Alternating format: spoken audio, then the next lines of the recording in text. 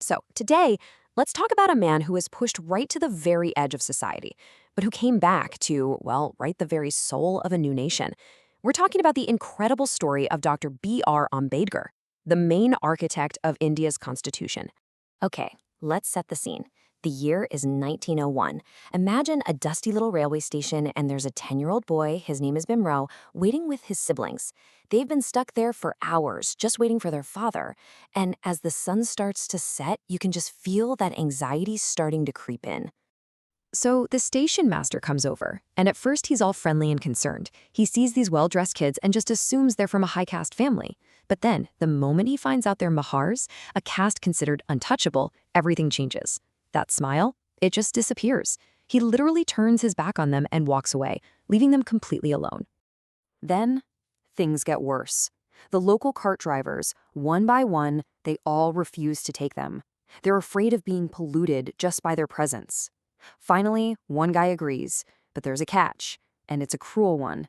He demands double the fare, and on top of that, he won't even drive. He makes the children, thirsty and totally exhausted, drive the bullock cart themselves. Think about that. This single moment, just one of so many indignities, it really sets up the central question of his entire life. How on earth does a boy, treated as less than human, grow up to be the person who guarantees the rights of every single Indian? Well, that journey starts right here, by forging an absolutely unbreakable spirit in the face of relentless discrimination. You'd think school would be a safe place, right? Not for him. In the classroom, he had to sit all by himself, in a corner, on a piece of sackcloth that he had to bring from home. And get this, even the school cleaners wouldn't touch that sack. And water? He couldn't just go get a drink. He had to wait for a peon, someone from a higher caste, to pour it into his cupped hands from a distance. The rule was no peon, no water. It's just unimaginable. But here's the thing. In the middle of all this constant humiliation, Ambedkar found his weapon, his way out, and that was education. And wow, was his academic rise just meteoric, absolutely unstoppable. He gets a scholarship, and boom, a bachelor's from Bombay University. Then it's off to the US, where he earns a master's and a PhD from Columbia University in New York. We're talking one of the best universities in the world. And he wasn't done. By 1923, he's also a full-fledged barrister in London. I mean, this made him one of the most highly educated Indians of his time, period. So this time abroad, it showed him a completely different world. The contrast was just stark. Back in India, he was an untouchable. That's all that mattered. But in America, in England, he was a scholar. People judged him on his ideas, on his intellect. He was treated as an equal.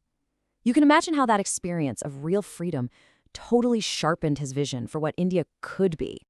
But then he comes back to India, and reality just hits him like a ton of bricks.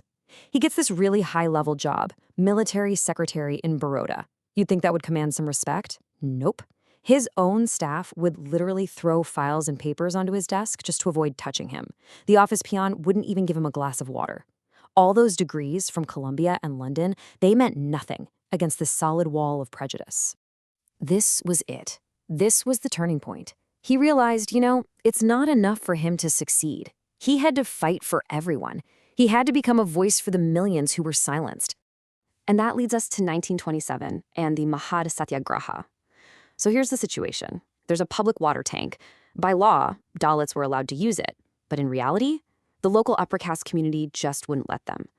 For Ambedkar, this wasn't about thirst. It was about asserting their right to be treated as human beings. So he leads thousands of people to the tank, and he drinks from it, a massive act of defiance. And the backlash was immediate and violent. But you know what? That violence just lit a fire under a national movement. Now, this growing movement brings him into a major and very historic disagreement with Mahatma Gandhi. Ambedkar wanted separate electorates. This would mean Dalits could vote for their own candidates, giving them real political power. But Gandhi, he was horrified. He thought this would permanently break Hindu society apart, and he began a fast unto death to protest it. The pressure on Ambedkar was immense. Fearing widespread violence against his community if Gandhi died, he made an incredibly difficult choice. He signed the Pune Pact, giving up separate electorates in exchange for way more reserved seats within the main system. It was a huge compromise, and one that still shapes Indian politics today. To understand why he fought so hard, you have to understand the depth of his pain. When he first met Gandhi, he laid it all out with these absolutely shattering words. He said, "Gandhiji, I have no homeland. We are treated worse than animals." I mean, just think about that. For millions, this idea of a unified homeland felt like a lie when they were denied basic humanity every single day. But history, it has a way of working out with a powerful sense of irony. The very man who said he had no homeland was about to be asked to design the entire blueprint for a new independent India.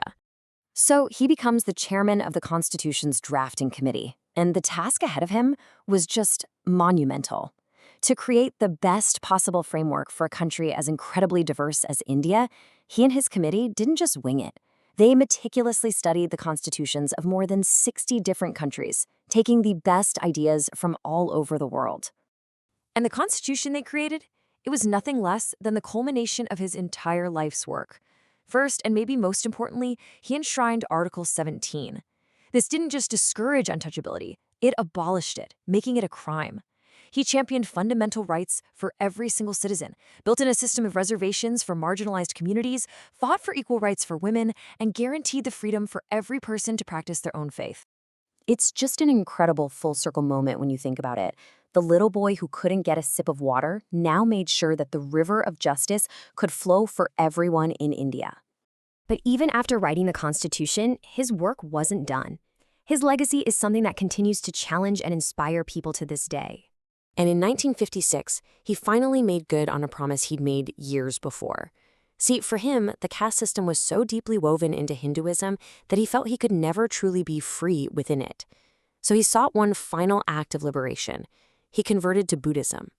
And in this ultimate act of protest and search for dignity, hundreds of thousands of his followers converted right along with him. So, in the end, Dr. Ambedkar gave India this radical blueprint for society built on liberty, equality, and fraternity. He did his part. He laid the foundation. So the question his legacy leaves for all of us is this: what are we doing to uphold it? What's our duty to make that beautiful vision a reality, not just on paper, but in our lives every single day?